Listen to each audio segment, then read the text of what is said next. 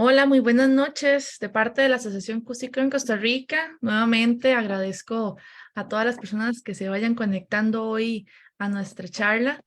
Em, Como siempre decimos en nuestras actividades, se nos hace sumamente importante que en enfermedades crónicas siempre busquemos formas de informarnos, de participar en esos espacios y también de conocer a otras personas que estamos viviendo con lo mismo, ¿verdad? Para poder llevar de una manera más sencilla la enfermedad.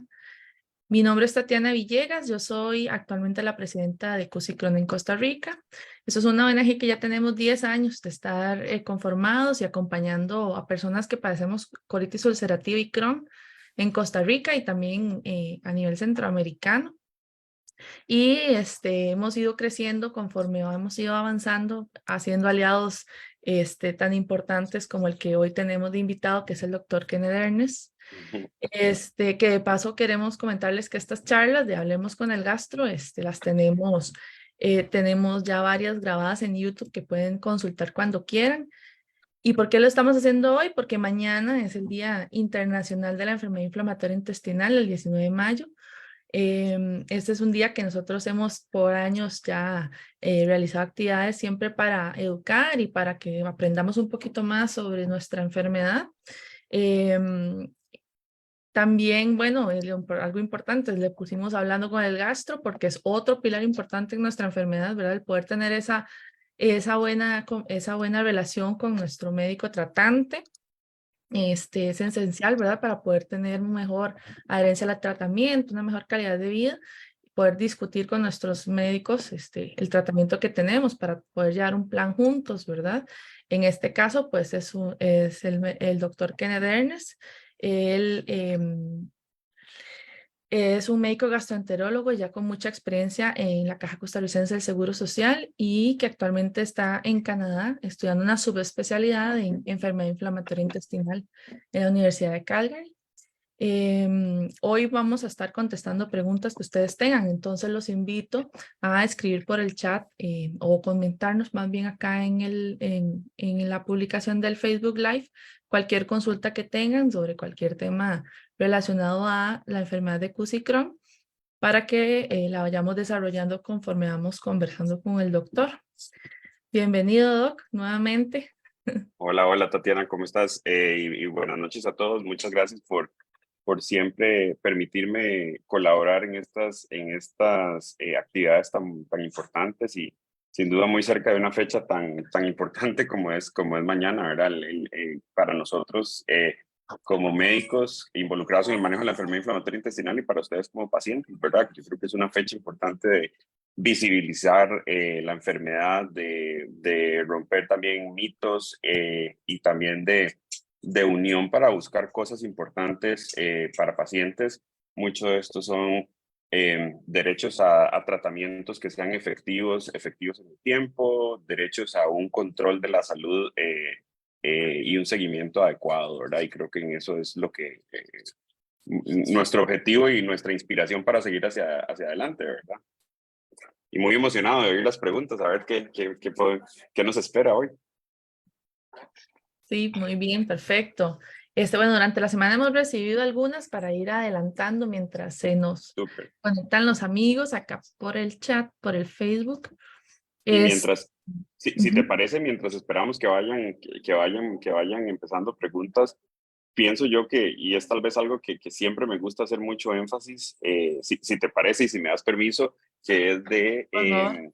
hablemos del autocuidado, ¿verdad? Yo creo que siempre es importante esto y de las cosas que yo soy muy insistente con mis pacientes es que los pacientes tienen que ser realmente los que tienen la batuta de su enfermedad. O sea, nosotros como médicos, obviamente estamos para apoyar, para recomendar, para estudiar, ampliar estudios, etcétera, pero ¿verdad?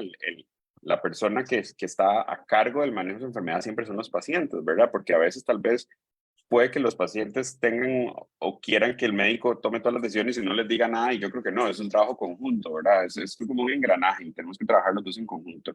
¿Y qué son cosas importantes para mí como médico?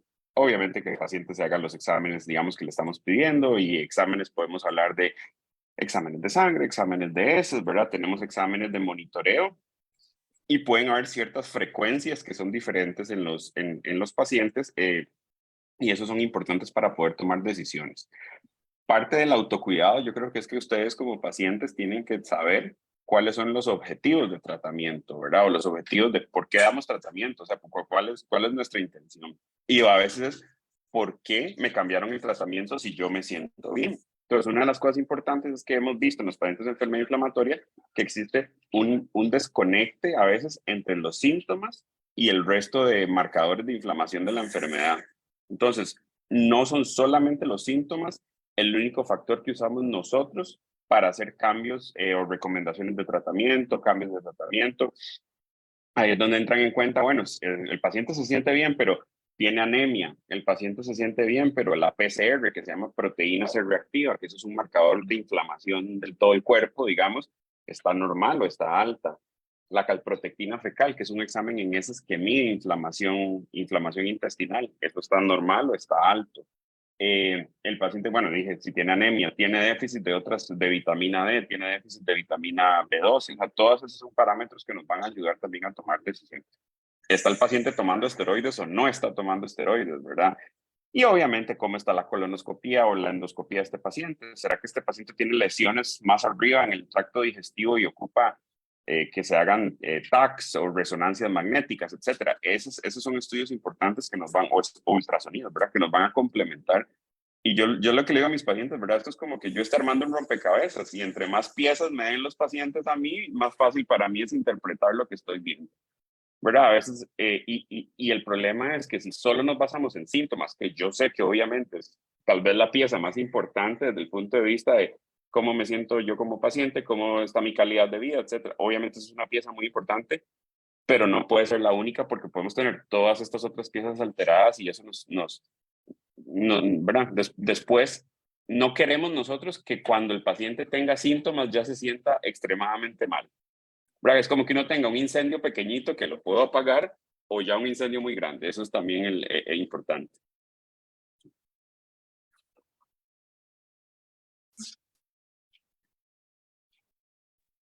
Sí, excelente. Y también a veces, pues estar enterados, por ejemplo, en estas charlas, aprender estas cosas nos ayuda también a veces como a poderle hacer luces al doctor. Doc, hace rato tomé ese tal examen, hace rato Eso, esto. eso, Está eso, muy eso es importantísimo. Y tal vez algo que quisiera también hacer énfasis de las partes de autocuidado, ¿verdad? A veces nosotros pensamos, no, yo estoy súper bien, tomo satioprina, no tengo nada, me siento súper bien, o tomo, o estoy con infliximab, o tengo adalimumab, o lo que sea, y no hay, o tomo pentasa, ¿verdad? Los medicamentos, excelentes todos los medicamentos, pero no son inocuos, ¿verdad? Los medicamentos pueden tener efectos adversos, y muchas veces de cómo podemos hacer esto es monitorización adecuada.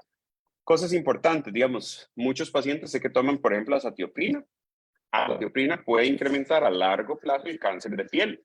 Entonces, importante recomendación, bloqueador solar. Eso es una recomendación muy importante, bloqueador solar. Y otra cosa importante, recomendado en las guías, es evaluación por dermatología por lo menos una vez al año.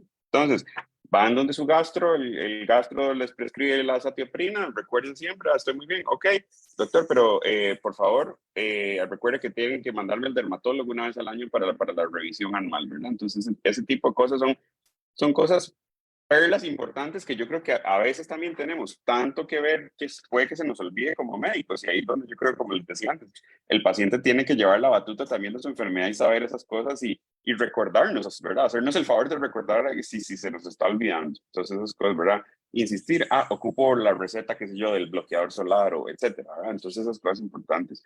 Mujeres con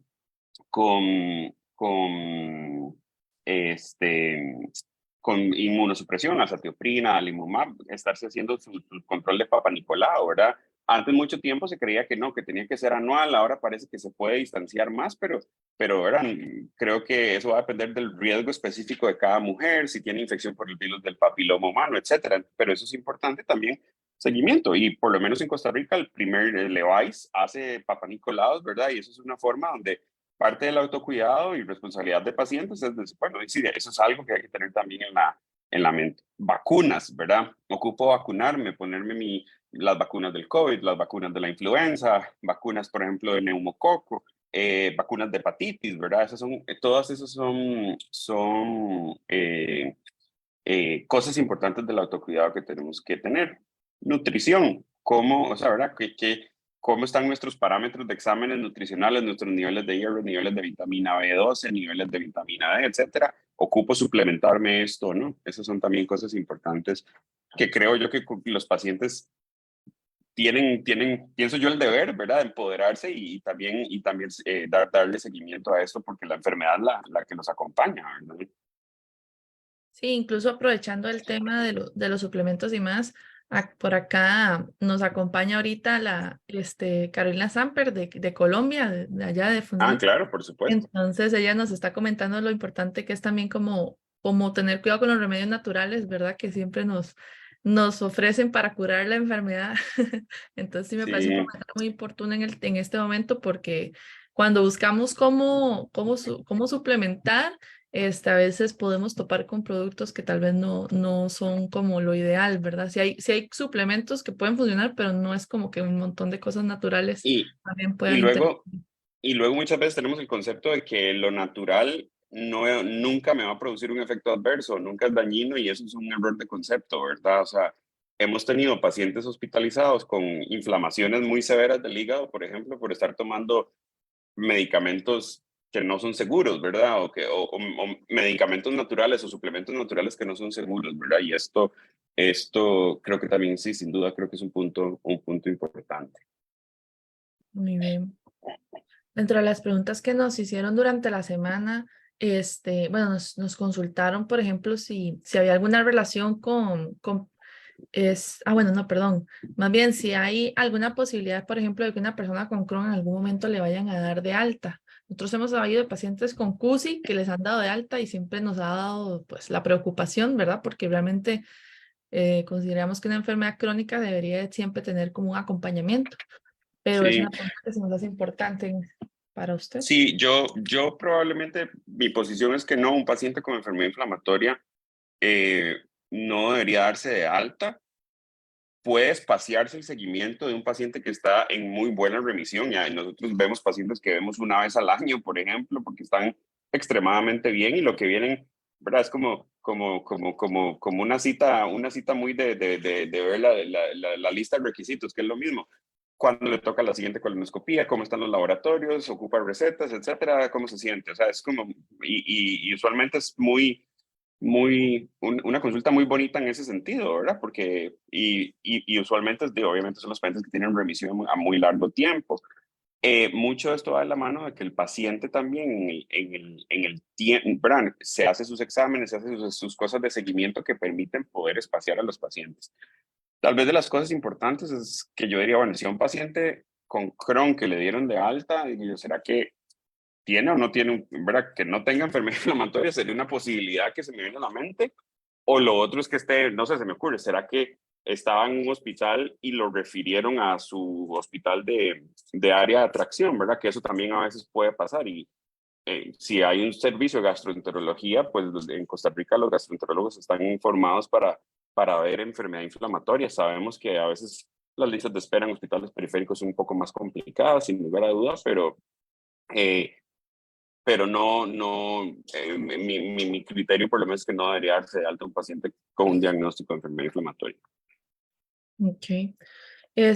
La pregunta que tengo después me llama mucho la atención porque realmente es una preocupación, digamos, en este caso es un padecimiento específico, pero pasa mucho que las personas que tienen colitis ulcerativa, obviamente, o Crohn, y podemos tener otras enfermedades, ¿verdad? Pues tenemos que haber adquirido alguna otra cosa más o tener alguna cosa que tenga que ver también ya con el pulso. Entonces, esta paciente nos pregunta por hipotiroidismo. Ella fue diagnosticada y le dan levotiroxina. Entonces ella no sabe si eso podría alterar el CUSI o dice si uno padece de varias enfermedades, ¿cómo saber si lo que mandan para tratar no va a interferir con el CUSI? Entonces es como esa interconsulta de cuando tenemos otros padecimientos y cómo. Claro, no, no, creo que es una pregunta muy válida y creo que cada vez conforme nos hacemos no más viejitos, sino menos jóvenes, ¿verdad? Hay más posibilidad de que los pacientes tengan otras enfermedades asociadas, ¿verdad? Entonces, ahí yo creo que es importante eso. En términos generales, nosotros, ¿verdad? Si el paciente tenga otras cosas que tenga, que se traten como tienen que tratarse. Si el paciente tiene diabetes, si tiene hipertensión, si tiene hipotiroidismo, no, la levotiroxina no interactúa. Tener más bien una función tiroidea alterada puede afectar mucho en la parte calidad de vida, bienestar, etcétera. Entonces, más bien, ¿verdad? Y que si tras de eso tiene fatiga asociada a enfermedad inflamatoria intestinal, es como, ¿verdad? Tener una cosa encima de otra. Entonces, no. Yo sí creo que en términos generales, muchos de los medicamentos pues que se utilizan en prescripción médica van a tener algunas contraindicaciones sí claras, digamos, y de las cosas tal vez que uno más quitado en enfermedad inflamatoria para prescribir son los antiinflamatorios no esteroideos. Si hay alguna data que sugiere que, ¿verdad? Tipo ibuprofeno, sulindaco, este tipo, en usos muy crónicos pueden parece que en algunos pacientes podrían aumentar el riesgo de hacer actividades. Y la otra cuestión que uno tiene que preguntarse es, ¿por qué este paciente toma crónicamente esto? ¿Será que es que le duelen las articulaciones, le duele la espalda? Y ahí uno entonces como gastroenterólogo tiene que ver, prenderse el bombillo y decir, ¿será que esto más bien el paciente tenga un problema de inflamación de articulaciones asociado a la enfermedad inflamatoria? Y ahí es donde hacemos este manejo multidisciplinario que incluimos a reuma, a veces tenemos que sentarnos con los reumatólogos o los dermatólogos o lo que, ¿verdad? Y decir, ok, en sesiones multidisciplinarias, bueno, ¿cuál será el mejor tratamiento para este paciente? ¿Será que es uno o hay que combinarle otro, etcétera, ¿verdad? Ese tipo de cosas son ya como caso a caso que se van viendo, ¿verdad? Pero en términos generales, no tenemos como mayor inconveniente. Dicho esto, qué sé yo, cánceres. Hay pacientes que pueden haber tenido un cáncer en el pasado y ahora tienen enfermedad inflamatoria o que tienen enfermedad inflamatoria y desarrollaron un cáncer, qué sé yo, cáncer de mama o cáncer en la piel, etcétera. Yo creo que ahí ya se vuelve igual discusión caso a caso, ¿verdad? Habrá que ver, bueno, cuál es el tratamiento actual del paciente. Cada vez creo que es una buena noticia. Tenemos terapias más seguras para usar en estos contextos, ¿verdad? Y también hay riesgos, beneficios que se tienen que poner. Y veo que aquí en el chat Alberto preguntaba que cuáles son los riesgos de tener cáncer con tratamiento biológico y azatioprina, qué tan alto es el riesgo. Y creo que es una pregunta muy, muy buena y es una... Eh, la respuesta corta, ¿verdad? El riesgo es bajo, pero es un riesgo mayor que un paciente que no toma los medicamentos, ¿verdad? ¿Y cuál es, digamos, de tener azatioprina? Y usualmente los que llamamos anti-TNF, ¿verdad? Que es como el infliximab o el adalimumab o el golimumab. El riesgo aumenta de linfomas y riesgos de cáncer de piel. Esos son como los dos riesgos mayores. ¿Qué es lo que uno trata de ver? ¿En quién se ve que este riesgo es mayor? Usualmente en pacientes mayores, o sea que a partir de los 60 años es que va aumentando un poco más ese riesgo. Y ahí pesa también, después de los 60 años, el cáncer del tracto urinario. Eso se asocia en la práctica clínica. En nuestro escenario ideal sería no utilizar azatioprina en pacientes de más de 60 a 65 años.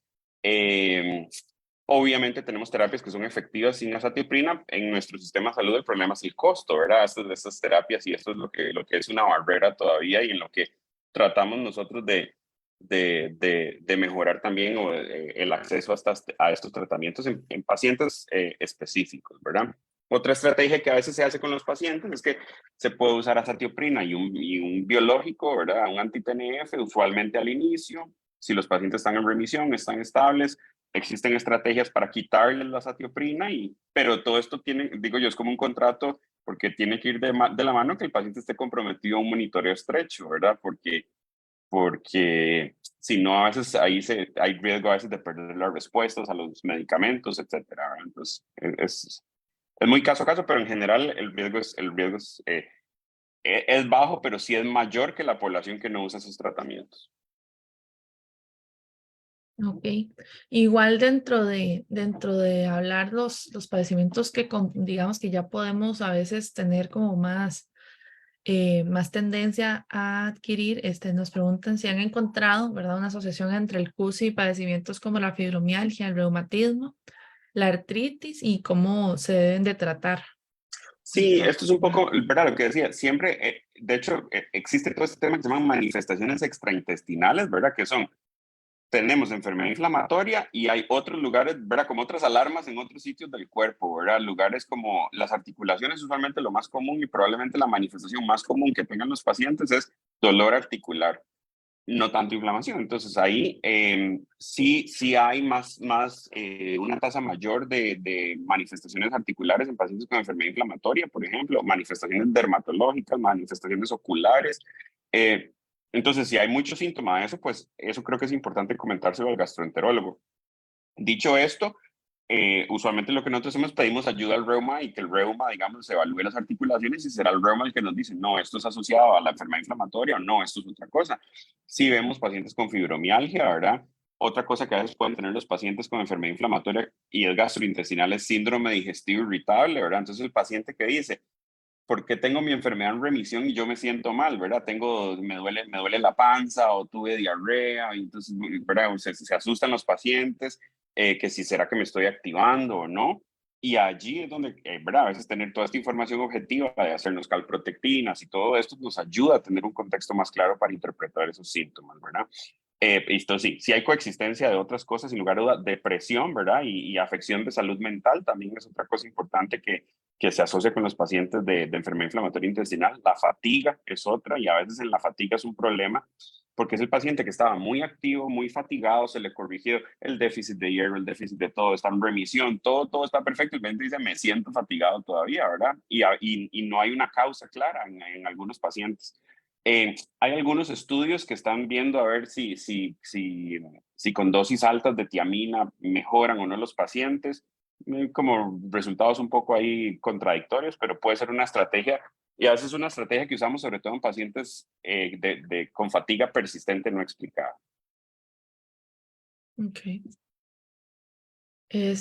Otra pregunta que tenemos por acá, una paciente que está con adalimumab y en remisión, se hace una colonoscopía y el patólogo indica que tiene colitis focal activa, pero ella dice, no tengo manifestaciones y no, o sea, no me siento mal, no hay Sí, sangrado, pero eh, pues, eso es excelente, es una excelente pregunta, y creo que eso fue doña María Gabriela la que preguntó eso. Le mando un sí. saludo. Este, sí, en este momento nosotros, imagínense que es como cuando uno juega dardos, ¿verdad? Esto de tiro al blanco, entonces uno tiene diferentes objetivos en esto. Entonces, ¿cuáles son los objetivos? Como decíamos antes, los síntomas, la calprotectina, la PCR, la colonoscopía. Las biopsias en este momento, con la evidencia científica que tenemos, no son todavía un objetivo, digamos, 100%. O sea, para decir, si hay un poco de inflamación microscópica, no nos estresamos tanto y no es suficiente para decir, hay que cambiarle el tratamiento al paciente. ¿Ok? Lo que sí hacemos nosotros, por ejemplo, si es en un paciente que persistentemente tenga inflamación o si con biopsias y después vemos que en el monitoreo de su calprotectina va subiendo, ya esos son, ¿verdad? Algunas pistas de que tenemos que ponernos detrás de esos pacientes, ¿verdad? Que eh, estrictamente hablando que hay inflamación microscópica, sí hay inflamación, pero no es clínicamente relevante para cambiar el tratamiento. En un paciente así que esté con una colonoscopía normal, se sienta perfecta, que el resto de los exámenes estén normales, yo no haría ningún cambio en el tratamiento.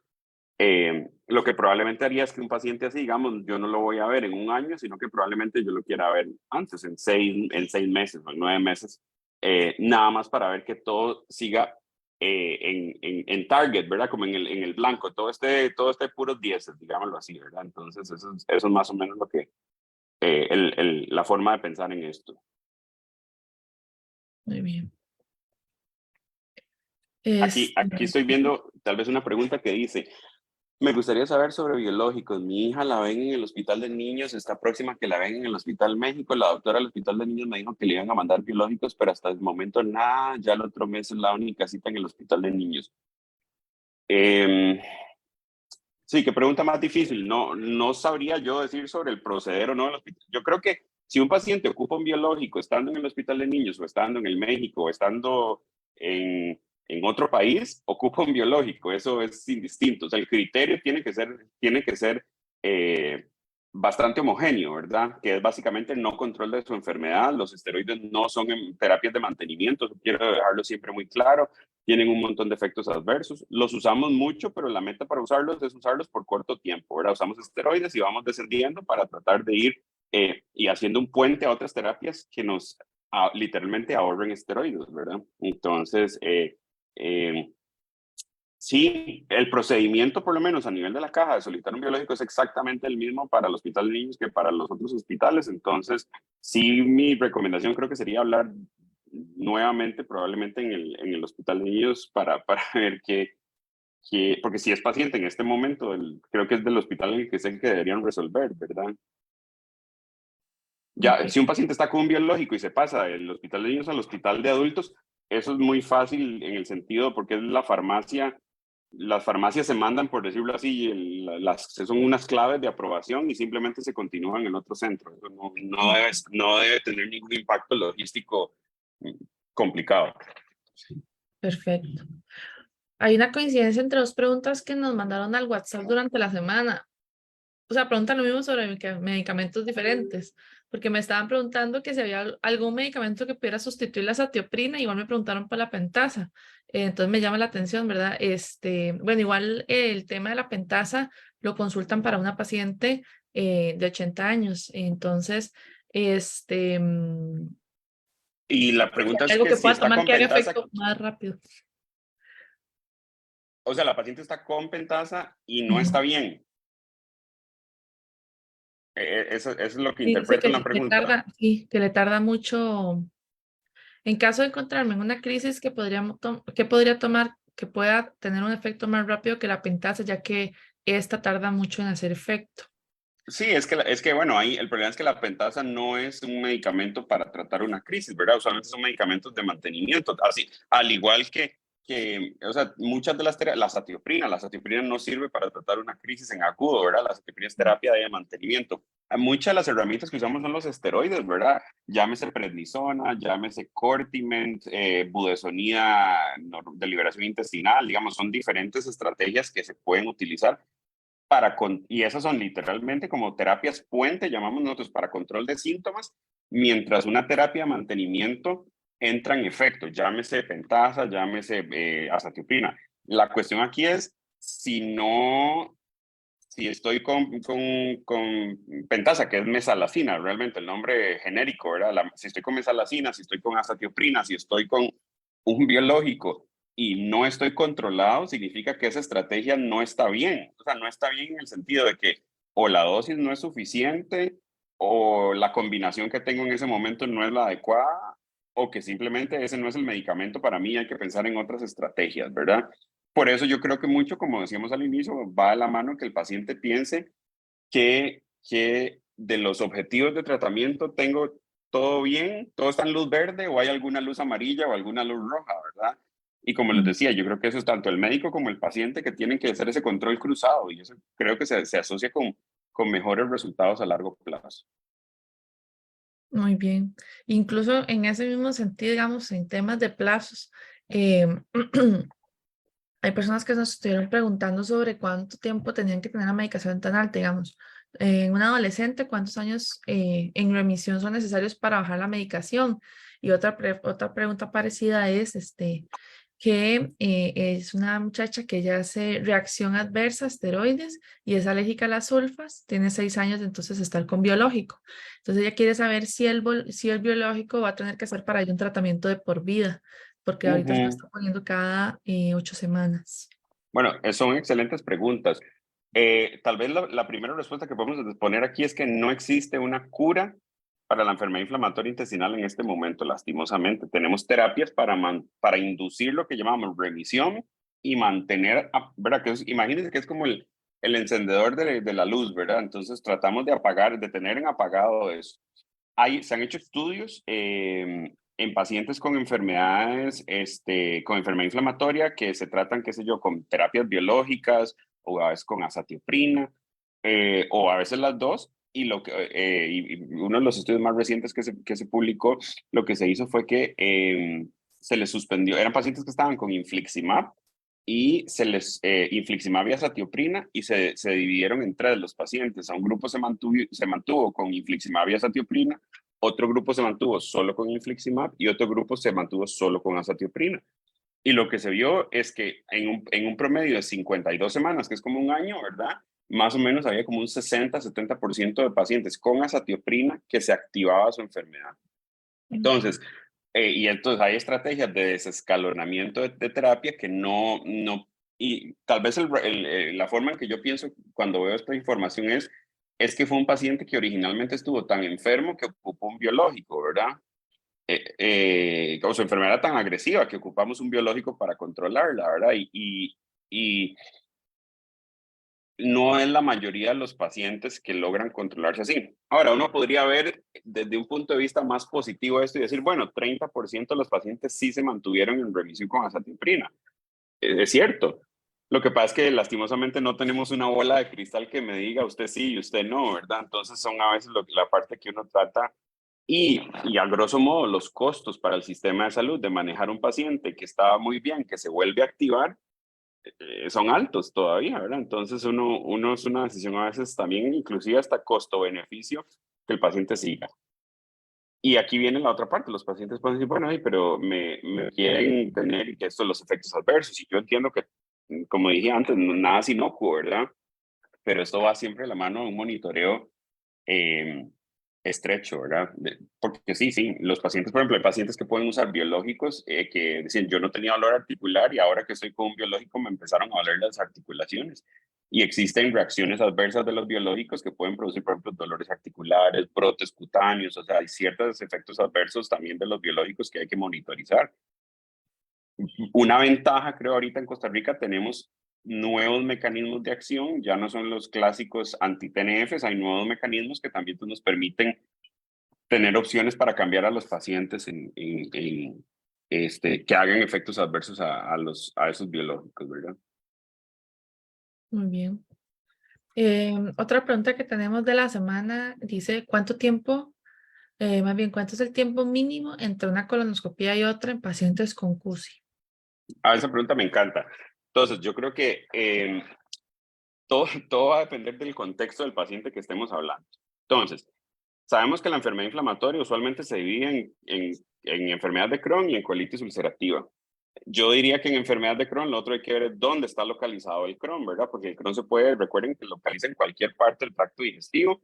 Entonces, si tiene ese paciente inflamación del colon o no, eso también va a pesar. Entonces, y lo otro es, ¿cuál es el propósito de la colonoscopía? Usualmente como gastroenterólogos nosotros hacemos colonoscopías con dos objetivos. Uno es evaluar la enfermedad, o sea, decir si la enfermedad está activa o no está activa desde el punto de vista de colonoscopía, o sea, que si hay úlceras o no.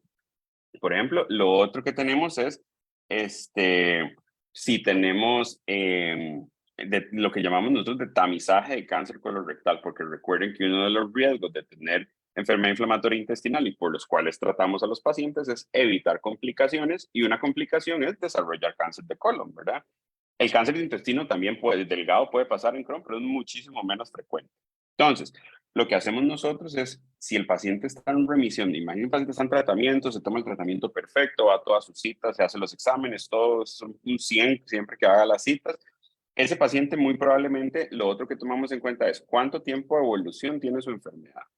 Usualmente el riesgo de cáncer de colon empieza después de 8 años de haber sido diagnosticado. Entonces, antes de eso, hacer colonos y colonos y colonos a lo loco por cáncer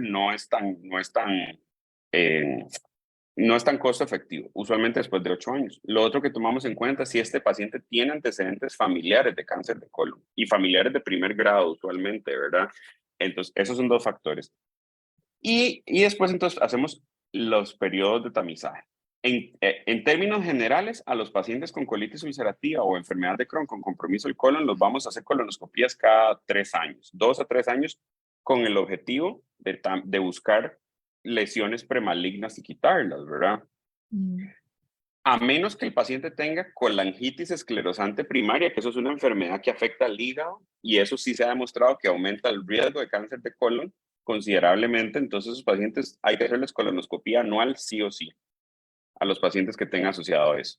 pacientes, por ejemplo, ¿qué pasa si yo le quería hacer una colonoscopia de tamizaje hoy a un paciente y resulta que el paciente estaba súper inflamado, ¿verdad? Súper activo y no tenía síntomas y fue una sorpresa para mí. Yo tengo que hacer una colon en un año porque tengo que entonces modificar mi estrategia de tratamiento y realmente, porque el mejor momento para evaluar un colon para ver lesiones premalignas es cuando no haya inflamación. Eso es importante también. ¿Qué pasa a un paciente que yo le hice ya 2 colonoscopías en 3 años y está normal y la que sigue está normal? Ese paciente yo ya me puedo sentir cómodo de espaciarlo cada 5 años. Ujú.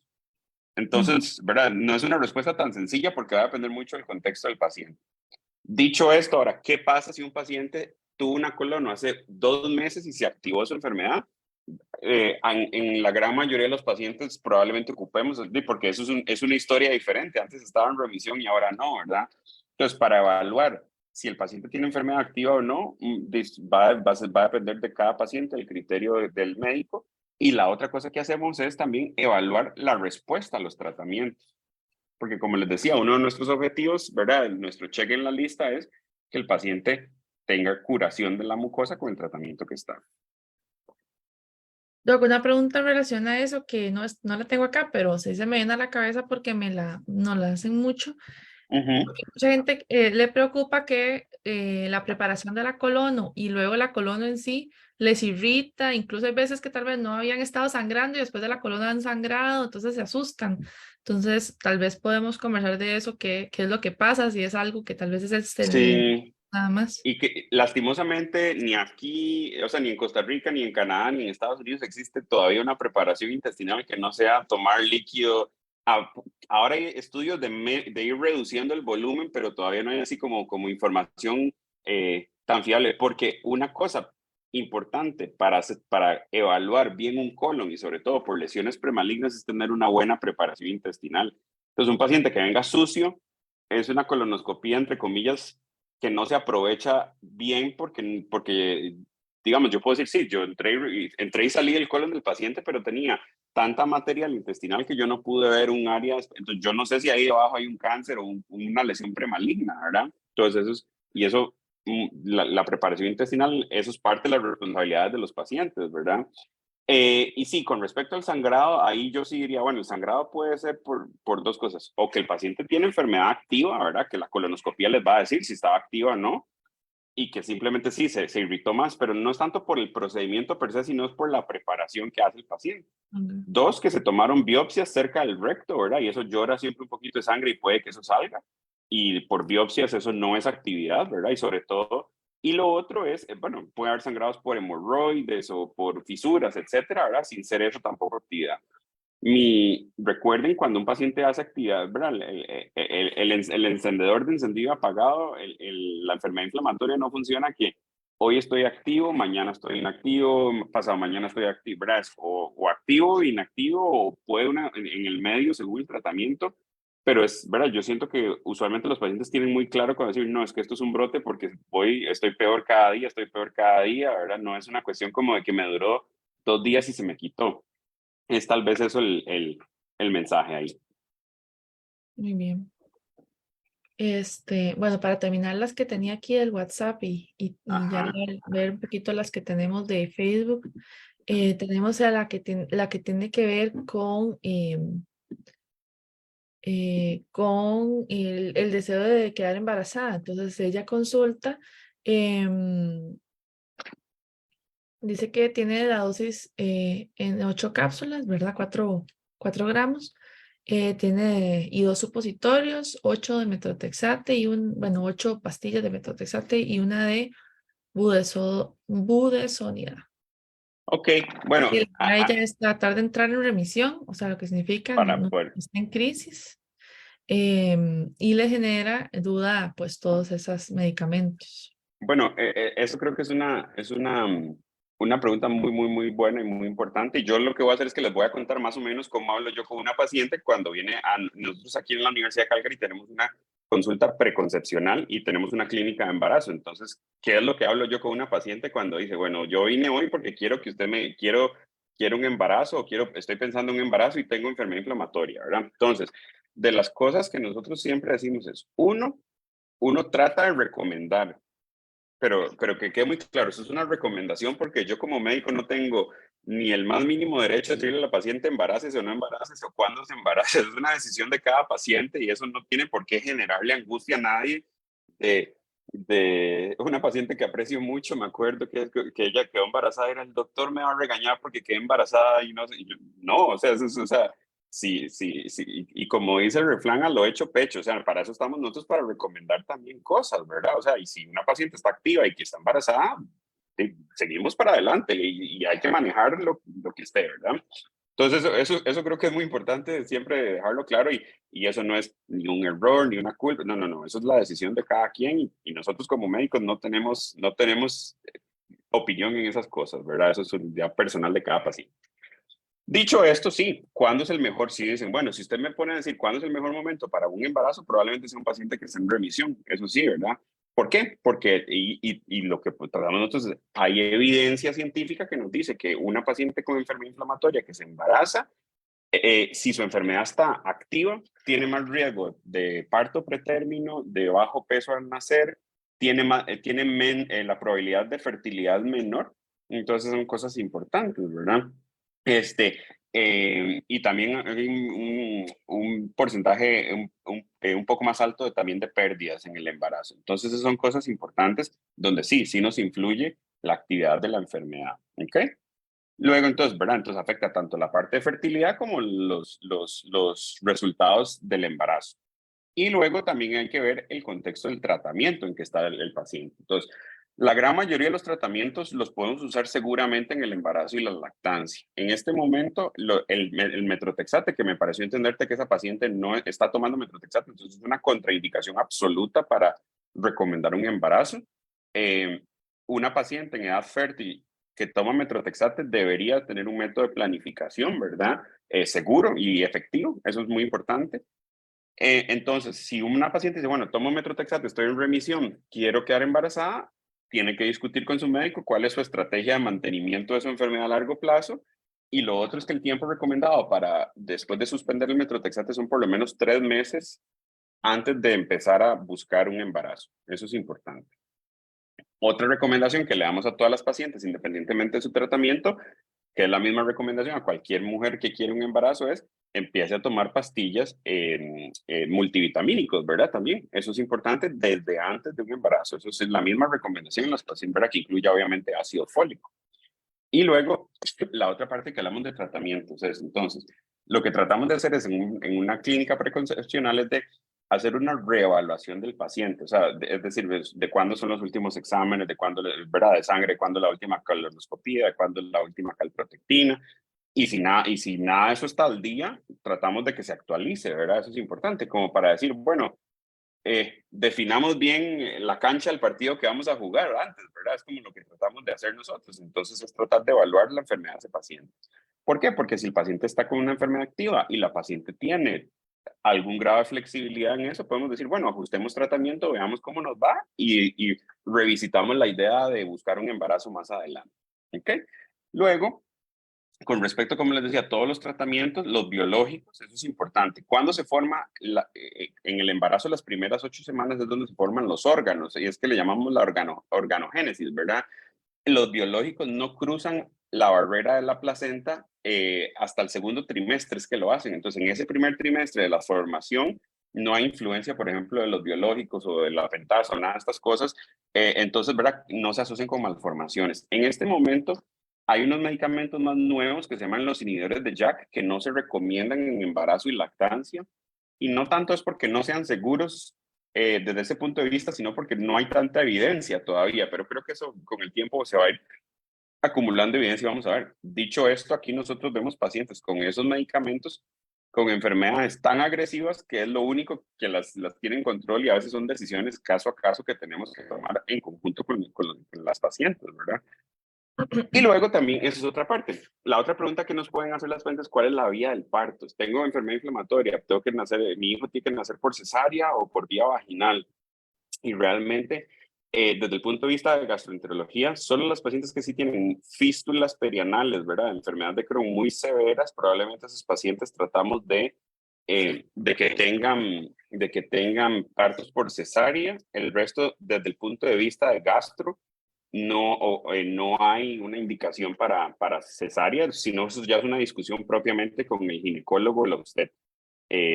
Entonces, ¿verdad? Que hay un montón de, que es, qué sé yo, que el bebé es muy grande o que tiene hipertensión del embarazo mal controlada y hay que interrumpir el embarazo, ¿verdad? Lo que sea. Ya eso son decisiones propiamente con ginecología y obstetricia. Eso es más o menos como el escenario inicial que tratamos de hacer. ¿Pueden hacerse colonoscopías o endoscopías durante el embarazo? Estrictamente hablando, sí. Uno lo que coordina es monitoreo fetal, ¿verdad? Como ir el corazón del bebé antes, durante. Es seguro para la parte de embarazo, pero tratamos de evitarlo lo más que podamos porque es algo que nos genera angustia a todos, ¿verdad? Entonces es más por una cuestión más de tranquilidad, pero si hay que hacerlo, lo hacemos. Esteroides en el embarazo, si tenemos que usarlos, los usamos, ¿verdad? Los biológicos no los detenemos en el embarazo tampoco, eso es importante. Tratamos de ajustar, qué sé yo, para que cerca del parto, ¿verdad? No sea como, tengo que, mi bebé nació hoy y mañana tengo que irme a poner la infusión del infliximab, ¿verdad? Tratamos como de ajustar un poco eso, pero eso son cosas que se pueden discutir con el médico. Ok. Bueno, tenemos un montón de preguntas y no tanto Ok, tiempo. Entonces estoy, voy estoy a tratar de estricta con responder más vos. corto, perdón. No, no, no. No, porque al fin y al cabo, en lo que nos extendemos, les contestamos a más. Hay dos preguntas que ya se salen como de esas líneas, entonces por eso las escogí para tocar otros puntos. La primera dice, me gustaría conocer sobre la atención de salud mental de las personas con enfermedad inflamatoria intestinal. Personalmente me ha afectado mucho el manejo del estrés y mis emociones, principalmente después de mis 40. Existen situaciones que me perturban mucho y me preocupan. La gastro me refirió a psiquiatría, pero me la rechazaron y dice, a pesar de recibir atención psicológica hace ya bastante, quizás esta área es más importante de lo que pensamos. Yo estoy 100% de acuerdo y pienso yo que como médicos que no vemos la parte de psiquiatría ni nada de esto, a veces nos cuesta un poco saber que, ¿verdad? Hay una conexión que se llama el eje intestino-cerebro, ¿verdad? Y eso lo vemos nosotros cada vez más también en otras enfermedades gastrointestinales. Y sí, sin duda, como dije antes, los pacientes con enfermedad inflamatoria tienen tasas más altas de depresión, de trastornos de ansiedad. eh, y sí, yo creo que esa es una de las tareas de nuestro sistema de salud, que los pacientes tengan acceso a herramientas de salud mental, ¿verdad? Eh, y sí, sí, creo yo que mucho en eso, y esa es una de mis recomendaciones, porque como creo que es una carencia que nuestro sistema de salud tiene, que aquí es donde participar y pertenecer a grupos como estos también creo que ayudan en el manejo a veces, ¿verdad? De la ansiedad de esto. No todos los trastornos de ansiedad o mentales de depresión es que ocupan antidepresivos, algunos ocupan terapia cognitiva, ¿verdad? O cosas de respiración y toda esta cuestión de mindfulness, ¿verdad? Todo eso es otro tema que creo que impacta muy positivamente en esto. Porque lastimosamente, aunque no, ¿verdad? Los tratamientos psiquiátricos, más o menos 30% de los pacientes son los que responden a los antidepresivos. Y Ujú. justo ayer, por cierto, estaba en una actividad que era de esto, de depresión en pacientes de enfermedad inflamatoria. No se sabe si tiene que ver con la composición de las bacterias. Es todo un tema muy fascinante, pero que está todavía bastante en pañales. Bueno, un anuncio al respecto, aprovechando, es que en el Calderón volvieron a aprobar que se refiriera la consulta a psicología. Entonces tienen ahorita definido cierto horario los jueves para pacientes con CUSI Crohn nuevamente. Lo habíamos tenido, Súper, nos lo habían quitado y ahora otra vez volvió. qué bueno. Este, eso lo pueden ir solicitando a los doctores, a su médico tratante en el Calderón. Y otra cosa que desde la asociación nosotros hemos empezado a trabajar es con las universidades. Entonces, estamos dando como unas charlas a los futuros médicos de un poco de que entren en conciencia de cómo es tener la enfermedad, porque al fin y al cabo no es algo que uno ve en la U, por supuesto que no, ¿verdad?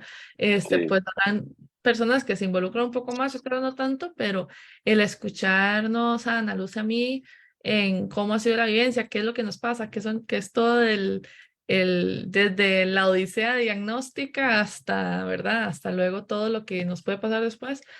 Es muy interesante porque también en los médicos pues abre otro mundo que tal vez no tenían visualizado, ¿verdad? Porque obviamente Claro, se está concentrando uno, obviamente en la consulta, en tratar la enfermedad y que esté bien y que hagan sangre y que todo así, pero que haya una visualización ahí de otros factores. sí. La otra pregunta que estaba por ahí, ya es más bien aprovechando pues la circunstancia actual suya, porque entonces nos están preguntando varias personas, ya que saben que esto está estudiando ya y de todo. Dice, ¿cómo ve el futuro en esta enfermedad? ¿Qué se está estudiando? ¿Cuál es el avance en medicamentos más efectivos y seguros? Y que se han encontrado posibles curas. Sí, curas lastimosamente todavía no. Yo creo que sí, aquí en Canadá ya hay unos, hay más medicamentos aprobados que yo pienso que en Costa Rica en un futuro a mediano plazo probablemente ya estén aprobados. De hecho, ya están aprobados en Costa Rica para psoriasis o artritis psoriásica, pero creo que poco a poco van a ir permeando, ¿verdad? Son medicamentos igualmente efectivos, son opciones más que podemos usar en pacientes que han fallado a otros tratamientos. Yo creo que el futuro, por lo menos ahorita, que sigue es combinación de terapias, o sea, pacientes que no ocupan un biológico, sino que ocupan dos, o sea, al mismo tiempo, porque su enfermedad es tan severa que hay que literalmente atacar, por decir así, el sistema, o bloquear el sistema inmune en diferentes ángulos. Creo yo que Costa Rica es una, es, y hablando desde el punto de vista de epidemiología, yo creo que para el futuro en Costa Rica es que vamos a ver más pacientes con enfermedad inflamatoria todavía y creo que por eso es importante estar bien informados, bien entrenados y como pacientes siendo un grupo muy fuerte y empoderado, ¿verdad? También, porque creo que cada vez es menos frecuente y a la vez va de la mano, cada vez es menos frecuente y cada vez vemos enfermedades más agresivas, ¿verdad? Entonces también eso es importante. Perfecto. Bueno, yo creo que cumpliendo la hora de charla con el doctor, realmente muy agradecidos nuevamente Hay muchas preguntas que hoy no respondí, son preguntas que respondimos en Hablemos con el Gastro la vez pasada, les invito a revisar. Entonces, de paso para que aprendan un montón más sobre los tips que nos dio el doctor en la pasada que tenían que ver con calidad de vida. Eh, Nosotros, bueno, yo hablo en nombre de todo el grupo de la asociación, siempre agradecidos con todo el apoyo que el doctor nos da, la paciencia y la facilidad con que nos explica cosas que a veces es difícil de encontrar para los pacientes, pues tanta facilidad de comprensión. No, no, Entonces, no, una por herramienta supuesto. increíble para nosotros. No, por supuesto, que para mí es siempre un placer poder colaborar con ustedes. Igual, estas preguntas, igual, si hay algunas, Tatiana siempre tiene forma de contactarme y ahí las podemos ir respondiendo también. Eso no, nunca ha sido, siento yo, una limitante. Rápidamente, las preguntas que yo estuve viendo, así, ahí preguntaban si hacerse la calprotectina antes de la colonoscopía. O sea, no es tan importante en eso porque usualmente la calprotectina es como llamamos como un subrogado. Yo creo que es más que un paciente esté bien con una calprotectina normal o en objetivo, más bien nos permite hacer menos colonoscopías. Por eso es importante que nos hagamos la calprotectina, ¿verdad? Entonces, yo me siento tranquilo. Si un paciente está calprotectina normal cada 6 meses o cada año, yo a ese paciente tranquilamente le hago su colonoscopía de tamizaje en 3 años, digamos. No tengo que hacerle una colono cada 15 días, ¿verdad? Eso es lo que no, lo que queremos porque sabemos la preparación, el trauma, todo esto lo que asocia, ¿verdad? Obviamente es importante la colonoscopia. Luego preguntaron sobre la colangitis esclerosante primaria. Usualmente lo sospechamos en pacientes que tienen una cosa se llama fosfatasa alcalina alta. Dicho esto, en los niños la fosfatasa alcalina se eleva por otro tipo, entonces hay que hacer esa diferenciación. Y el gold standard para hacer el diagnóstico se llama colangioresonancia, es una resonancia magnética de las vías biliares. Pero eso es parte también. Si el paciente no se hace sus exámenes de sangre y no vemos función hepática, no podemos realmente saber sospechar eso. Y la idea es sospecharlo tempranamente y no cuando es avanzado, ¿verdad? Eso es más o menos así. Muy bien. Y bueno, ahí hay un montón de saludos para usted, de que lo Ah, extrañen bueno, no. pronto. Perfecto. No, realmente muchísimas gracias a todos los que estuvieron hoy. Muy bonita la participación, a pesar de haber Clásico Nacional. Gracias por preferirnos. Sí, sí. Qué mal cuadra el tiempo. Sí. Eh, no, no, no, para mí es un placer.